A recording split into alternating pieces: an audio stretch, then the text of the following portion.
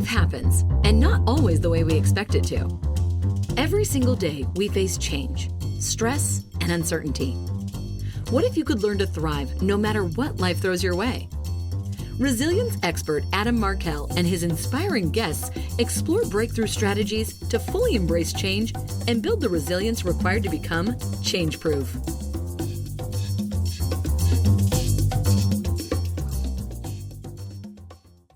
Hi, it's Adam Markell, and welcome back to another episode of the Change Proof Podcast, where today we have a replay episode of my conversation with Martin G. Moore. Martin is a leadership performance expert, author, and podcaster. His book, No Bullshit Leadership, is a Wall Street Journal bestseller, and his podcast of the same name has achieved almost 2 million downloads with listeners in more than 100 countries. In this episode, he breaks down his take on leadership. Also, he defines resilience in the modern workplace and shares his own thoughts on key buzzwords such as the Great Resignation and the future of work with AI. Martin shares his journey from law school dropout to working in a bar to software development to right now. How working for 2 years in bars taught him more about emotional intelligence and instincts than almost any other thing in his life. Why we see people making shifts in their careers even after they've made it. The function of leadership in today's world, and the main job of creating value. We discuss why our intention doesn't always equal our results as leaders. We talk about the ego and leadership in a time of great disruption. And of course, we discuss the future of work. Sit back and enjoy this replay episode of my conversation with Martin G. Moore. Oh, you're going to love my guest today on the Change Proof Podcast. Martin Moore is a leadership performance expert. He is a guy who wrote a book called No Bullshit Leadership. I'm not bullshitting you when I say no. His title is No Bullshit Leadership. And more importantly than that, he has been sharing this message with leaders for many, many years all around the globe. He has an amazing podcast by that same name that has more than 2 million downloads in 100 companies. Martin Moore is up next on the Change Proof Podcast. So, Martin, I'm going to ask you something. You are a seasoned business leader and an author, and we're going to talk a lot about your new book today. And you have an extensive history and bio, CV, and all that good stuff. What's one thing that's not a part of your typical introduction or bio that you would love for people to know about you? Well, that's a really good question, Adam. I think the key thing is that I'm actually a university dropout. No, I don't purport to be as famous a university dropout as Bill Gates or some of the others, but I did drop out of law school when I was a young lad. And what happened after that was most interesting, because I bounced around the cocktail bars of Sydney for about 2 years, not doing anything much in particular to move my brain, but I learned so much about people and about human nature and about relationship interactions in that context. And that's when you see people both at their best and their worst. So I think that 2 years that I actually didn't study was probably one of the best educational segments of my adult life, really. You know, I just feel like I would be, I'd be kicking myself if I didn't follow the thread on that one. Just a minute. Yeah. So keep going, mate. No. We're gonna dig into the belly of the beast just a little bit. I spent a semester in York, England, and studying while I was at the University of Massachusetts, and I got to 10 bar there, which was a pretty unusual thing actually to have a Yank behind bar. I think I was just a novelty at first, and I don't know if they wanted somebody that could be a punching bag for the rugby guys. but I managed to sort of, I don't know, dig myself in under the skin there just a bit and became quite tight with not just the innkeepers, but the other folks that were regulars as well. I loved it. And now have a funny enough daughter, our youngest daughter, who's in London, just getting her first pub experience. So Martin, I want to go back to what you just said, that you spent, 2 years, I almost said 10 years, 2 years bouncing around in that scene and learned a lot about human nature and the like. I'd love to get a sense of maybe some of the things that you did learn, even one thing from that time, and how it translates to either to the work you do today or the things that you speak about in this brand new book, which, by the way, I have right here. It's an awesome book called No Bullshit Leadership. And Martin, I would love to get your take on it from the pub perspective to start. Well, there's a couple of things that strike me immediately. I think most important from my personal perspective was that I'd led a very sheltered life. I'd been brought up in a very stable, very favourable environment in a middle-class family in Sydney, Australia. I'd been to one of the top schools in Sydney. My parents weren't wealthy, but they really believed in the power of education. And so my brother and I attended one of the top all-boys schools in Sydney, and it just happened to be a full boarding school. So when I came out of that, I was incredibly advanced intellectually and academically, and incredibly stunted socially. I was like a 13-year-old in an 18-year-old's body. And so I spent those couple of years learning about what was going on in the world. And it never occurred to me that people didn't follow rules, weren't polite, that all of these things that you see when people are at their worst at 2:00 on a Saturday morning in a nightclub. And so I got to observe that firsthand. Now, what that taught me was, number one, I was shocked into thinking, hang on, not everyone's like me or the people that I've been growing up with. Number two, how do I know how to handle these things? How can I read people better to see what they're going to be like? Are they going to be fun? Are they going to be happy? Are they going to be angry? Are they going to be a problem? And to be able to read that in people just by the way they walk, their body language, the expression on their face was incredibly important in me developing my emotional intelligence, my ability to see people for how they were feeling as opposed to just look at them and look through them. So I think that was an incredibly important part of my growth for both human relationships and, of course, my leadership career. It develops your instincts on some level. Absolutely. Yeah. I mean, I grew up in the city. I was a kid from Queens, which is, I don't know if you know Queens, but it's a little suburb of Manhattan. And I had to learn pretty early on to be able to assess the danger, I'll say, in a situation fairly quickly. You walk into the wrong block, you give somebody the wrong look. I mean, it could just be any number of things that could trigger a threat, let's say. Yeah, absolutely. Yeah, interesting. So you grew up in Sydney, and obviously you got rid of the accent a while ago, right? Because you now live on the East Coast of the United States. I know I sound like a true Bostonian, don't I? Yeah, you do. The pack the car has not made it. The Australian isn't too far from that. We drop our R's as well, so we say park. So yeah, for sure. Not too far off. No, not too far off. So I want to maybe get a little bit of history for people before we dive into the current body of work. And so where was your sort of first pivotal change? You obviously came out of school a little green with a lot of knowledge and information, as you said, but not quite worldly at that point. So you took these 2 years and you did develop emotional intelligence, your instincts about people and the like. And where did that ultimately, or where did that lead you to at that point? Well, I think at that point, Adam, I realized that even though I was having a lot of fun doing what I was doing, my brain was turning to porridge. And so I had to really think about what I was going to do with my life because I knew what I was doing was dead end. So funnily enough, I got into the burgeoning field of computer science and I became a software developer. Now, this was in the days long before coding and tech were cool. Like this is when it was still a geeky thing. And so I got into that.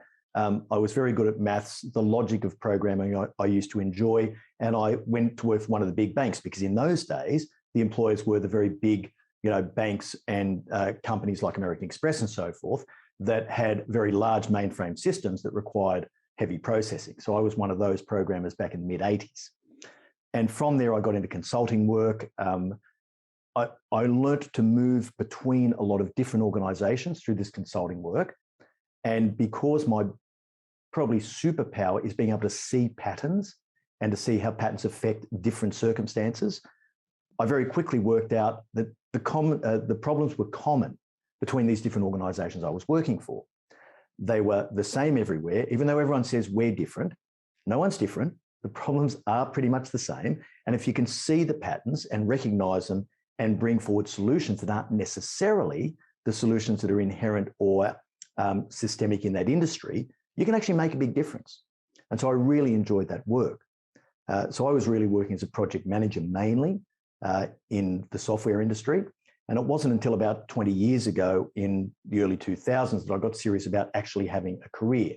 Once again, I was sort of bouncing around doing interesting work, but no real career path. So interesting. Because I think to some degree, and you and I talked about this just briefly right before we hit record, the people that have among the people that have really leaned into your work are mid-career folks, professionals that are. So I'd love to, because I think that's a big audience these days. People in transition. Maybe we can determine a little bit about what it is that that sort of hits a person at a certain point in their career. That because I had a similar transition out of 18 years in the practice of law, and then complete pivot and change in my direction. But I didn't feel terribly empowered at that point in time. I was a little embarrassed, if I'm being really honest about it. A bit ashamed that I didn't know what the next part of the journey might look like for me. And I'll never forget at a family gathering, sharing what I was planning to do with somebody like my wife's cousin. I'll never forget this. And he just looked at me like, and he's a kid from New York as well. And he just said, "Are you out of your mind? Like, you're going to give back the ticket?" He literally says, like, you have a license to make money. Or he might have said steal money, frankly, at the time. But he says, "You're going to give back the ticket? What are you thinking, man?" So for sure. Yeah. And look, I think that comes with the maturity of just having worked and bounced around for a few years in any sort of industry or profession, Adam, because when you think about it, it's not until you start getting a few setbacks and disappointments, and I'm aware of your work on resilience, it's not until you start to see those things and respond to them that you really know what you're made of, and you start to work out what you really want. And so the reason we're sort of targeting that mid-career leader is because they've been in the game long enough to know that not everyone becomes a millionaire before 30. Life is harder than it looks. Leading other people is much harder than it sounds. And when you have to worry about people other than yourself, it's not just your own individual brilliance that takes you to where you want to go, then you've got some soul searching to do. Do I really want to do this? Yeah. Do I even like what I'm doing? And what everyone else tells me is success, which is go up that ladder and make more money in bigger roles and get the prestige and status and rewards of a large corporate career. Am I prepared to do that? And what am I going to sacrifice to do that? And so all of these questions start to arise. As much as anything else, the content that we put out there through our Business Your CEO Mentor, and certainly through the No Bullshit Leadership series, is all about testing people and giving them a line in the sand to think about what they're doing. Do you really want to be a leader? Like, if you want to be a leader, here's what it takes. Here's the obligations you have, and here's what it takes to be great. And if you want to do that, awesome, get into it. But if you don't, well, don't kid yourself you're a great leader, because you're not. So the concept of, I think it's a good time to just dive into it. So what is no bullshit leadership? We don't have to bullshit each other, right? Let's go right at it. No, we certainly don't, Adam. Well, look, let's start with what actually drove me in this purpose. Yeah. What I see is a dearth of strong, capable leadership. And in the last, I don't know how long ago it started happening, but it's evolved over the last 10 plus years, where the role and function of leadership has been almost completely disconnected from the need to get results. It's become about virtue signaling. Great leaders are humble. Great leaders are transparent. Great leaders are fallible. Great leaders have integrity, all of which is fine. There's nothing wrong with that at all. And in fact, some of these attributes are absolutely essential in a great leader. But there's no instruction book. It's just about aspiring to these noble virtues. And so we listen and we absorb the content and we identify with it and we become motivated and inspired. And then we do absolutely nothing. And so leadership was not improving patently. And so I saw this disconnect between leadership thinking, leadership education, and leadership content, and the results that weren't being achieved. So this is a reconnection of saying, okay, guys, if you want to be leaders, let's just face one fact. The number one job you have is to deliver value for all your stakeholders. Deliver value. I'm not just talking about the narrow financial value sense. You can create value from great environmental products that up your sustainability index. You can create value through having better competitor and customer intelligence. You can create a safer environment for your employees. It's a whole range of ways to create value. But you need to know what it is, and you need to go after it. A lot of organizations have just fallen into the trap of activity for its own sake. We do what we did last year and the year before. It's the rusted on activity of the business that we just go through the motions on. And the opportunity for value capture is almost completely lost. I'm going to skip to something right now that I think is it's implied by what you're saying, but I want to dig into it a bit more. Sure. What blind spots do you think leaders have today, or are they different? Would you say that the blind spot that a typical leader has today is similar to the blind spot they had 20 years ago? I don't think the blind spot has changed, because I don't think our fundamental nature has changed. And I think this is the core thing about leadership. We convince ourselves that we're good leaders in our heads because we look at our intent. We don't look at our actions and our choices and our behaviors. We look at our intent. And so internally, I'm saying, okay, I'm trying to do the right thing. Therefore, I'm a good leader. I'm aspiring to be humble. I'm aspiring to be transparent, or whatever the case may be. But the experience of the people around me and the people in my team that I'm leading is sometimes wildly different from that. And so we give ourselves the benefit of the doubt, and we have the human power of rationalization. And that can blind us to so many things. Now, let's just talk quickly about resilience as an example here, because a lot of people think they're good under pressure, but how many really are? When I say good under pressure, I don't mean they've mastered game face and they can put their game face on so they don't collapse in front of their teams. I'm talking about that deep, consistent grace under pressure that you'd be aware of, Adam, the complete consistency between what you say, what you think, how you feel, what's in your heart. It's like watching, and I hate to bring up the New England Patriots at this time of the interview, but you look at a guy like Tom Brady there. He runs out for his first offensive set in the Super Bowl last year, playing for the Tampa Bay Buccaneers. I reckon his pulse rate wasn't above 55. Yep. That guy, he just went out there. He could have been playing a pickup game in his backyard with his son. You know what I mean? He was just so relaxed and so in control and so in command of that situation. And that's grace under pressure, because you don't get overawed or hassled or thrown off by the circumstances that you find yourself in. Now, having said that, a lot of people feel as though they're very resilient, but they're not, and we can observe that. It's like anything, it's Dunning-Kruger effect, unskilled and unaware of it. So if you do a survey of people about their driving skills, how do you rate yourself as a driver? Oh, everybody thinks they're a great driver, just like everybody thinks they have a sense of humor. They've done these surveys, right? So Allstate did a survey a number of years ago on drivers for their own self-perceptions, and almost 2/3 of drivers rated themselves as being either excellent or very good. Yet when they were asked that same question about their peer group, what do you think your friends and family are like as drivers? That dropped to under 30% that thought their peer group were good or excellent drivers. So it's the I'm okay, you're not okay concept that we have. And this really drives a lot of the thinking in all people, but it's most obvious in leaders. So this is a really, really long and roundabout way to get back to your question about blind spots and say, yes, rationalization and self-deception is the blind spot of the leader. Yeah, so I wrote down my answer to that question, and it was 3 letters. It was EGO. And we all have egos. We need them. They're important to us. Leaders have to have them. Anyone that has the audacity to say, listen to me, look at me, follow me. I have the plan and all that. Requires an element of confidence and esteem and ego for sure.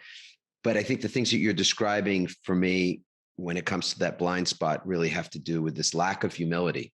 So I want to use that as a way to just sort of leg into the Great Resignation. I want to come back to resilience, in a moment, but to widen the lens just a bit, we're talking about corporate resilience in a variety of ways today, not just because of the disruption of supply chain issues and COVID and tech disruptions and every other imaginable kind of thing that are colliding at the same time, but the greater existential threat that is presented by people, workers, leaders themselves deciding, I'm out of here. Like just saying, Gary Ridge is the CEO of WD-40, was on the show a couple of weeks ago. He calls it the Great Escape. So the Great Resignation, he's referring to as the Great Escape. So I want to talk about the fact that people are leaving, and I would say we can connect their leaving to the quality of the leadership within those organizations. And it's not one. We're not talking about a single bad apple, one bad company. We're not pointing to WorldCom or Anderson or whoever and saying, well, this is the reason why. This is collectively across the board, this exodus. So I'd like to get your take on that, and specifically whether ego in the highest levels of leadership right now, do you see that as an issue, or what in leadership at those levels is the issue that's creating this exodus? I think ego certainly plays a very big part in that. And I think that's a very succinct description of what I took a number of minutes to actually tell you about, Adam. So that's cool. When it comes to the Great Resignation, there's a bit more going on. So there's the disruption of the personal changes that came through with the pandemic, the hybrid working and working from home. It's changed people's perception of what's possible in terms of their life management. Now, I hate the expression work-life balance. There's just life, and you deal with it. You prioritize different things at different times, and you make your choices, but you've just got a bunch of competing demands on you, like we all have at any given point in time. But I think people haven't experienced that's given them some window into how their lives might be different. Now, if the resignation comes as a result of a complete change of heart, I don't want to do this type of work anymore in this type of company anymore. I want to do something completely different. Awesome. Go off and do your own thing, whatever that happens to be. If it's a case of, I think the grass might be greener on the other side, I think there are going to be a hell of a lot of disappointed people by the end of 2022. If, as you said, this is widespread, Adam. If people are expecting that they can leave a company that has poor leadership or a bad boss or too many constraints around how they do their work to make them happy or satisfy them, then they'll find that they could be jumping out of the frying pan and into the fire. Or they could at least be getting a similar representation in a different industry or a different company. And so I don't think the alternatives of doing another job of the same type in a different company is actually going to pan out that well. Like I said, you jump and you want to do a sea change or a tree change or a complete life change, sensational. Good luck to you, and I hope that works. But when we look at the employment, we'll see this over time. If it's shifting from employment by large organizations through to more entrepreneurial ventures, I don't know, but I don't see the percentage numbers changing about how many of those entrepreneurial ventures as startups are going to be successful. I think there's a percentage there of businesses that are going to thrive, businesses that are going to grow, businesses are going to sort of bump along the bottom and survive, and plenty of them that are going to go out of business. So I think, like anything else, the markets haven't changed substantially. I think the markets are still going to be very similar despite the supply chain disruptions that we've seen. And I think a lot of people are going to come back with their tails between their legs within 12 months. Interesting. I want to go back. The moment that I asked you that first question, you brought us to this 2-year period, between the end of your formal education and then moving on with your career and your life, as a point where you were learning about people, learning about life. You were a bit green, and this was a part of your maturation. Do you think that leaders? I mean, I'm talking about companies these days that are new in the marketplace. Startup tech and others. Yeah. And I'm going to use a company, obviously was in the headlines recently, Better, the better.com group, right? So you know where I'm going with this, right? Oh, totally. Yeah. So are leaders green? Do you see that part of the issue here is that, you think about a company that has an idea and incubates something, gets funding, and I mean massive amounts of funding, and then all of a sudden, within months or just a few years, they're being valued at at numbers with B that starts with a B, and you've got leaders who've never led they've never led a Boy Scout troop before, but now they're leading hundreds and hundreds and thousands of people. Yeah. Is that an issue, do you see? It's a massive issue. I mean, the transition from being an individual contributor to being even just a frontline leader is a big transition. And I talk in my book about the transitions between the different layers of leadership and what you need to do to prepare yourself at any given level. And it's the speed of this growth in these companies where the founder could be just a tech head with an awesome idea and a bunch of smarts and talent, and they go and get some funding, and before they know it, they're leading large groups of people, as you say. And so their preparedness for that and the tools that they have to equip themselves for that are virtually non-existent. And so we've seen a number of these founders who've grown big businesses, and we're talking things like Uber and so forth, that have just literally fallen out because they've never grown themselves at the same pace they've grown the business. And I believe there is a real need to grow yourself as a leader, to handle the demands of leading that many people. Yeah, and I'm curious, do you feel that your book also bridges that gap a bit as well? Would help a young leader or a green leader to develop a bit more of the insight or awareness or a sense of what what their blind spot might be? I mean, it's easy to just say ego because it conveys a lot of things, but we know it's the smallest of things within that frame of reference that we're talking about. How it is that how do you see compassion? What's the place for compassion, or is there a place for compassion in your leadership? How it is that you give and receive feedback. Who holds you accountable? I mean, there's so many sort of nuance. It's a nuanced conversation. Does your book meet some of that, or bridge some of that gap for leaders? I don't think I've got a simple answer to that. Of course, the obvious answer would be to say, Adam, of course, go and buy this book. It's the best thing it's ever written, right? But it's not actually the way it works. I think what I've done is to provide a framework that is a very practical, hands-on, implementable set of tools that say, as a leader at any level, if you do these things this way, and of course you adapt them for your own style because we all have a unique leadership fingerprint, but you adapt these tools to your style, you will become a better leader. Anyone can become a better leader. Some people find it easier than others and have more natural aptitude, but you can pick this up and go start to finish across this book, and you can make a difference to how you lead and the people you lead. Okay. Having said that, so let's say, for argument's sake, that people have left the workplace because of too much in the workplace, working for, or they feel like that somehow can succeed in this environment, but a good person, a nice person, a kind person, or a team player is less likely to succeed. Whatever those stories amount to, I'm going to put that all in the this is I'm out of here. Yep. Right. So I want to understand, or I want the people listening to this now to understand, what does no leadership look like? No leadership is doing the things that make a difference. It's about habits and disciplines and doing what needs to be done when it needs to be done because it's right. It's about overcoming your fear of not being liked. It's about focusing on things that are potentially going to make you unpopular. It's about not following the path of least resistance, but doing what's in the best interest of the organization first, then team, then you as the individual leader.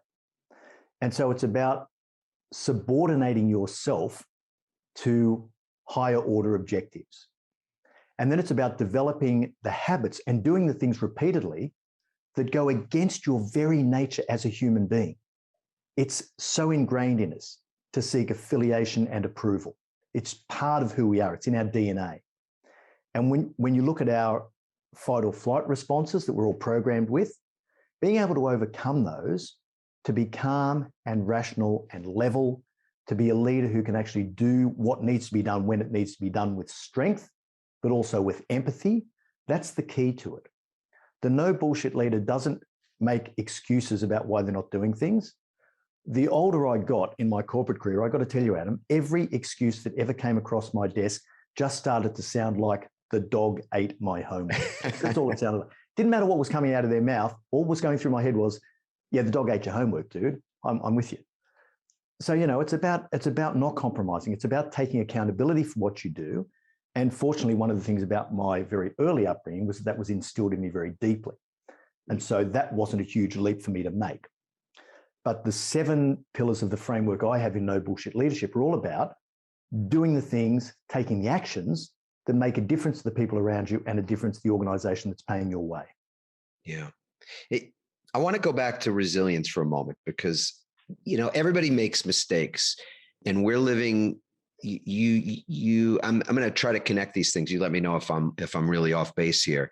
When you were saying at the very beginning that one of the issues that you see in leadership today is that people are more interested in virtue signaling than they are in genuine leading. To me, in my role, having been a leader for a number of years, CEO, and in other roles that impacted people directly, I find that my biggest mistakes were sometimes just not owning my biggest mistakes and owning them more quickly, honestly, being more transparent about the mistakes. And at the time, I thought I was being transparent, and in hindsight, not so much, or not as much as could have been. So humility is a big component of what I think successful leadership looks like. And that is sometimes saying, hey, you know what, we've done it, not gotten it right, but we're going to get it right. And here's how we're going to get it right, and all that kind of thing. And that, to me, the mark of a resilient leader is one that grows from everything, that everything is net growth. Everything is net positive. Even the worst of things, the things that you would never in a million years invite into your life or into your workplace or what have you, are still opportunities for growth. And I guess I want to understand, how you have been resilient and how you define it. And if it's similar or not, I'm really open to kind of learning from your example as well. Everybody has a different definition. It's funny enough. So I really want to get yours. Yeah. Okay. Well, let me, you might need to redirect me here a little bit. Let me just start with how I define resilience. And for me, it's that ability to handle whatever life throws at you in any context, and to do it calmly and without panic and with grace. So the more you can acquire this state of grace under pressure, and probably one of the key realizations for me over the years was that there are very few things that are fatal. Almost everything turns out okay in the end. And so knowing deep down in my heart of hearts that whatever we're going through now, that's okay. In a month, this is going to look like a blip on the radar. I won't remember this in a month, let alone worry about it. So for me, the ability to preemptively do that perspective assessment is really important. I can stand in the face of an absolute crisis when it's going on and just go, okay, guys, we know that in a month's time, this is not going to be an issue for us. There's going to be no material impact on our financial situation. There'll be no reputational damage.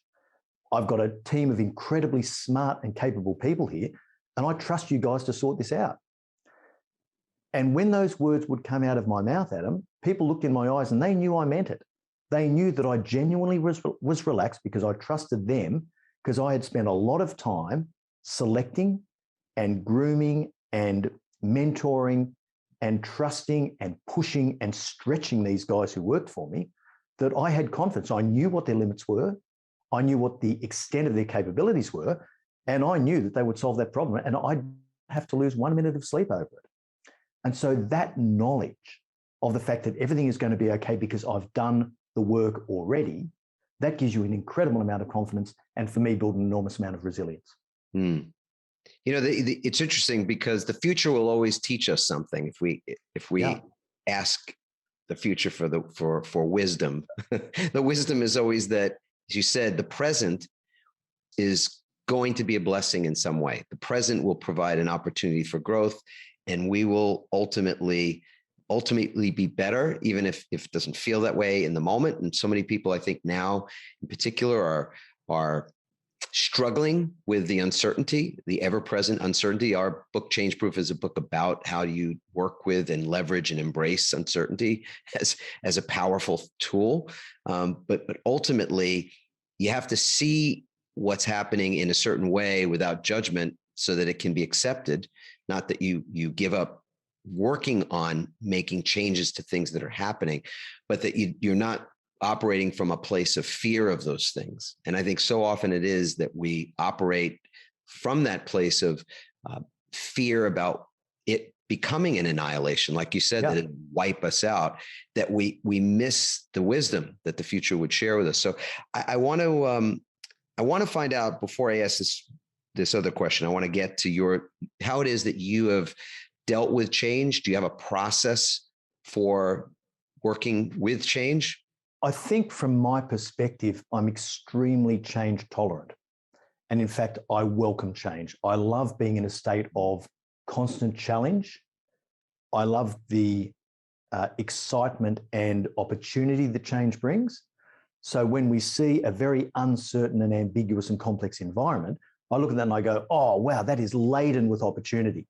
It doesn't occur to me to be afraid of it. And I think the reason for that is because over many, many years, I've just had the opportunity to push those barriers a little bit at a time in a safe way where I go, oh, okay, well, that actually worked out all right. I know that, a few months ago, I was really afraid about what might happen in this outcome. I was really uncertain. I was really nervous and anxious about it, and it all worked out okay. Now, if you can actually do that enough times, as I said before, you just get this sense of it's all going to be fine. And I guess without wanting to be fatalistic about stuff, they say that everything happens for a reason. And I've developed this belief too, that whatever happens by definition is the right thing because it happened. And so this is sort of a weird head spinner in a way. But I remember a deal that we'd spent a number of years working on when I was in corporate life a number of years ago. We'd spent a number of years working on this massive acquisition transaction. And at the 11th hour, it fell over. And the team I was leading was absolutely distraught that this deal had fallen over and that we weren't going to be able to do the deal. And I just smiled and said, we've just dodged a bullet. And they said, what do you mean? And I said, well, if the deal was right for us, it would have actually consummated, it would have gone ahead. The fact that it didn't go ahead means, by definition, that it wasn't the right deal for us. There was something in there that we hadn't seen yet, or some circumstance that hadn't cropped up that would have cropped up further down the track that would have hurt us. And that's why it didn't happen. And so that belief that, whatever happened was the right thing is sort of weirdly comforting. It is. I mean, it's powerful to adopt the philosophy. And I think it is in many ways mindset. It's a philosophy that everything that's happening is required. And therefore, you can be comfortable. Comfort not in the sense of not acting or being paralyzed or something, but being calm, as you said, being easeful, being able to be on grace instead of being on guard. Yeah. Which is an interesting, just energetic shift. How do you exist in ambiguity? How do you be comfortable with ambiguity? I mean, because that's, if you're going to interview somebody today for almost any position, but certainly one of high leadership, that might be the first question I'd ask them. How comfortable are you with ambiguity? Because and that's the world we're living in. It totally is. And this is why one of my 7 pillars of leadership is about ambiguity, mastering ambiguity. The higher up you go, the less certainty there is. And I've said for a number of years that the older I get, the less certain I am about practically everything. 10 or 15 years ago. Whoa, hold on. Martin, I want you to just repeat that. I really want people to hear that. Because the older I get, the less certain I am about practically everything. Yeah. Like 10 or 15 years ago, you'd ask me a question, I go, I'll tell you what, Adam, here's the answer, bang. And I'm convinced about it and I know it.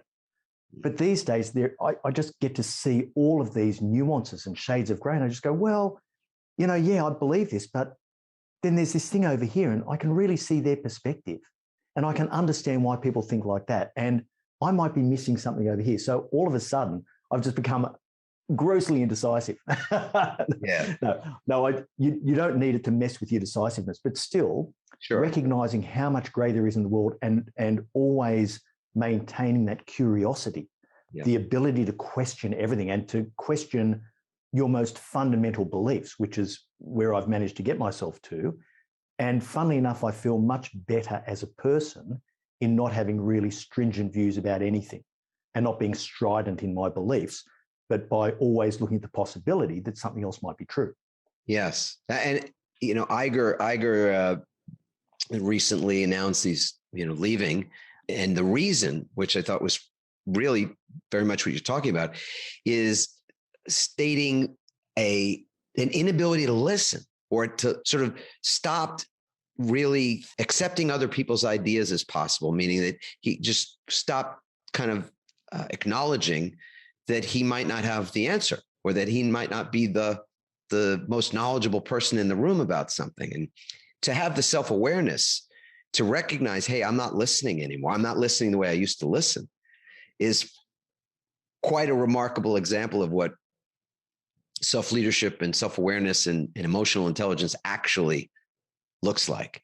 But yeah, I agree so wholeheartedly that the longer you live, sometimes the less definite you are about things, the less certain you are. But I don't feel like that.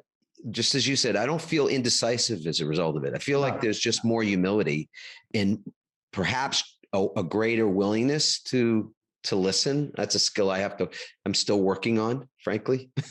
Well, listening is a skill we'll all challenge ourselves with forever, hopefully, until the day we die, because we're driven to absorb, affirm, and reprocess what comes into our sphere of vision. And so because we're doing that process all the time, it's very difficult to listen to someone completely and intently in every single way, not just the words, but to watch every single nuance in the facial expression and so forth, and to not be doing your own processing to incorporate that and integrate it with your own belief system at the same time. That takes incredible discipline. It's incredibly difficult to do. And like you, it's a journey for me. I could be a much better listener than I am. There's absolutely no doubt about it. All right, brother, we're in the club. Totally. We join this. This is why, in my view, we lose a huge amount with virtual communication and not having this face-to-face stuff. Because as a senior leader, I used to rely on being able to see the smallest changes in facial expression when I was having serious conversations with the people who worked for me, to be able to say, oh, hang on, Adam, that looks like that hit a raw nerve for you. Can you tell me what's going on for you? Yeah. Or, hey, you seem really proud about that achievement. Hey, tell me about it, because you seem really proud about that. So to be able to see those little nuances in body language and facial expression, I think are incredibly valuable in the communication quality that we have. I agree. I mean, the nonverbal communication is a big deal, and there's so many things that are being lost as well as gained. I mean, it's really a mixed bag when it comes to the remote work or hybrid work environment. It's a broad question, but I ask you anyway. What do you see? How do you answer the question? What is the future of work? The future of work. Well, look, I think work itself will change naturally just through technology, and it's been changing since the Industrial Revolution quite rapidly. The acceleration probably in the last 10 to 15 years has been unbelievable in terms of what's now possible. In my iPhone now, I have more processing power and storage capacity than I had on the mainframes I used to program in the mid-'80s for a bank. And so that in itself is mind-blowing. And I don't think that's going to stop anytime soon. Now, when we talk about artificial intelligence, the process of automation has caused a lot of change in the types of jobs that we do and how we do them. And that's only going to continue and potentially accelerate. Now, I'm no futurist, but I do hear quotes like, 2/3 of the jobs that will be available in the next 10 years haven't even been invented yet, and things like that. And I shake my head at that and I go, yeah, but the human capacity for thinking, for abstract reasoning, for processing isn't changing as fast as the technology enablers.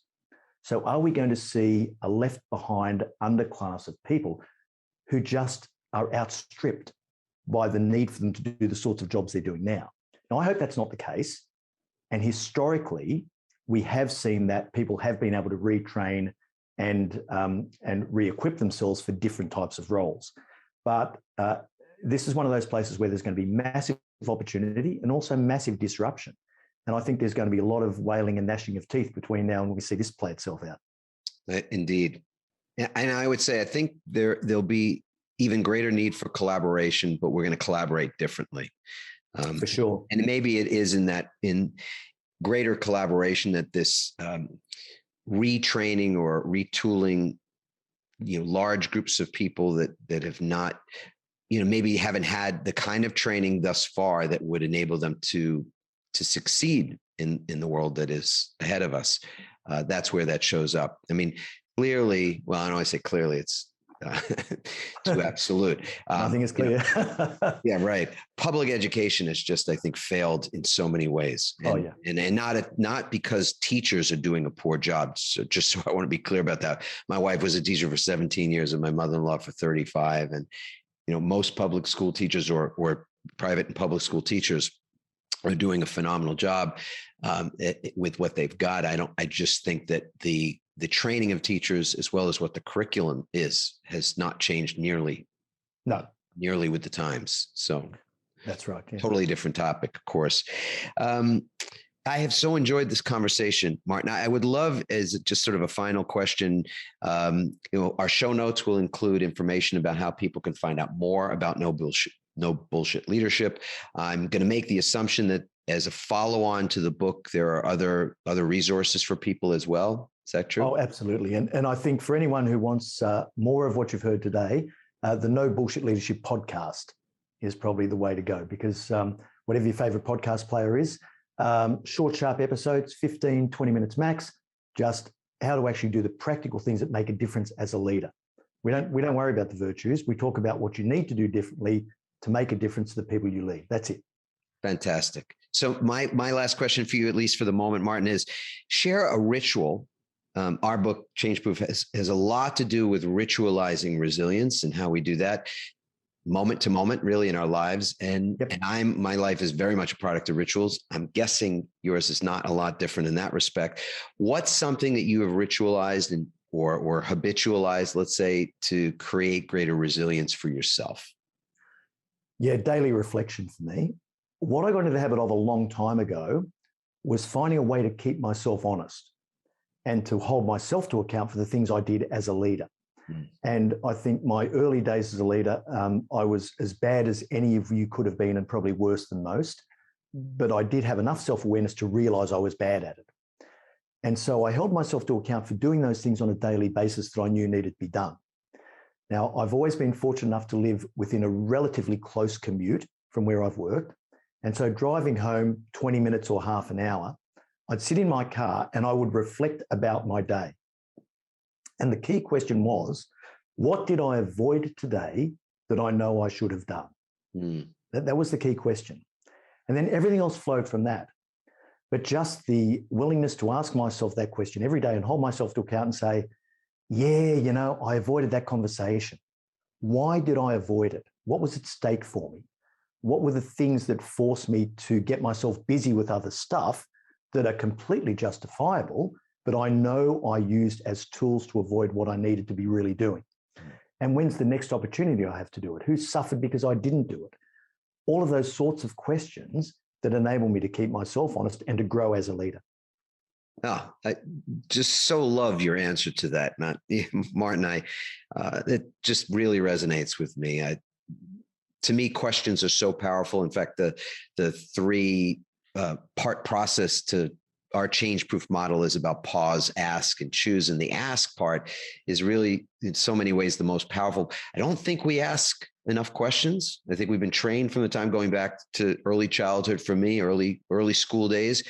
If I didn't have the right answer, I was, sort of made fun of. If you ask a question, you should, quote, should know the answer to. It's a silly question. It's a, intelligent question, whatever it might be.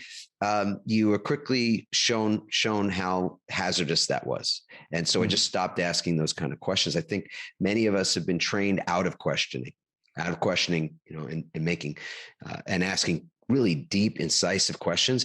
That question is one I'm going to remember. That's a question I'm going to share with other folks and give you credit. Of course, Martin, what do I avoid today and why did I do that?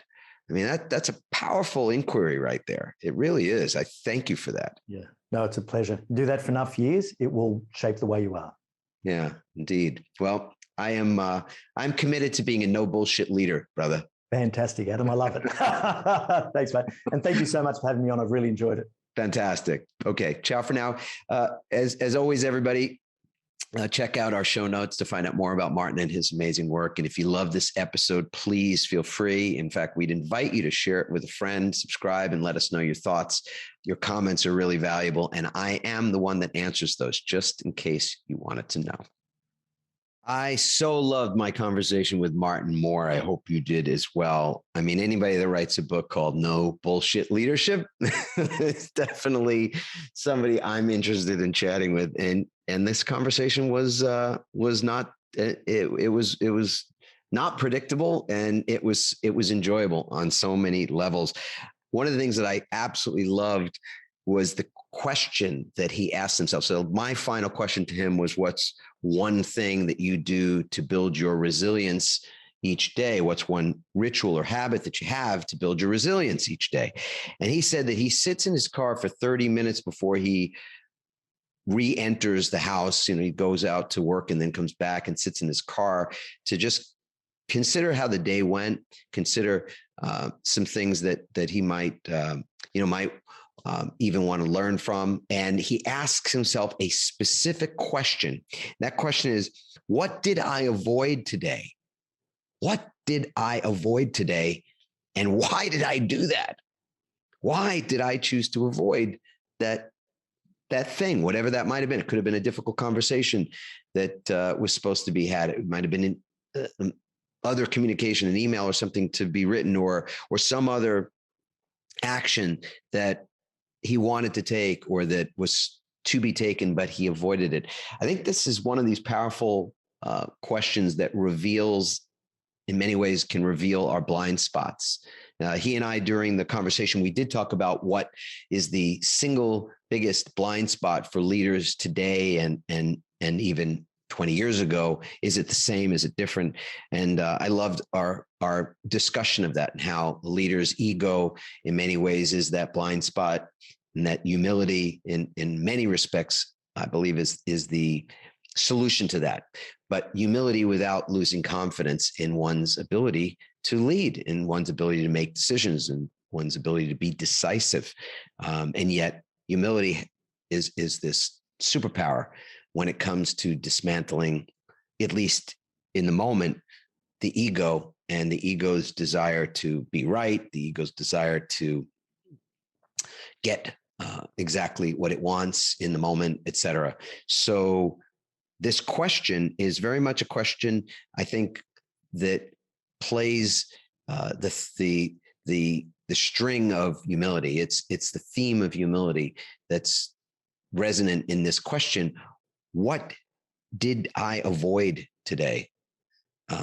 Because that word avoid is a it's an indictment.